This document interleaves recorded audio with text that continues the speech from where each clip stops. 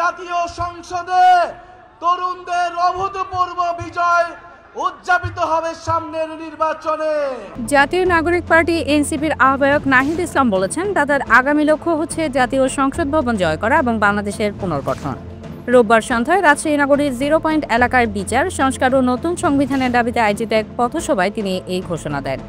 নাহিদ ইসলাম বলেন, 5ই আগস্ট আমাদের লক্ষ্য ছিল ফ্যাসিবাদের পতন, এবার আমাদের লক্ষ্য হচ্ছে বাংলাদেশের পুনর্গঠন।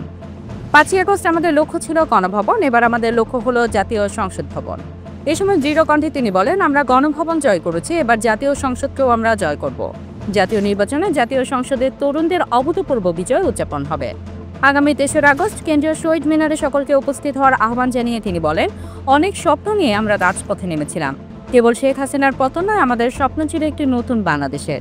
কিন্তু 5ই আগস্টের পরে নানা শক্তির ষড়যন্ত্রে সংস্কারের পথ রুদ্ধ হয়েছে। তিনি হুঁশিয়ারি উচ্চারণ করে বলেন, অনেক সুযোগ দিয়েছি, আমরা আর সুযোগ দেব না। যারা এই সংস্কারের কাজটাকে ব্যাহত করার চেষ্টা করছে, বাংলাদেশের জনগণ তাদের কোনোদিন ক্ষমা করবে না। নির্বাচনের আগে অবশ্যই সংস্কার ও বিচারের সুরাহা হতে হবে উল্লেখ করে তিনি গণহত্যাকারী খুনি হাসিনার বিচার এবং নতুন সংবিধান দেখতে চাওয়ার কথা বলেন। প্রতিশ্রুতি দিয়ে নাহিদ বলেন, আগামী 3রা আগস্ট কেন্দ্রীয় শহীদ মিনার থেকে আমরা জুলাই ঘোষণাপত্র আদায় করে ছাড়ব ইনশাআল্লাহ।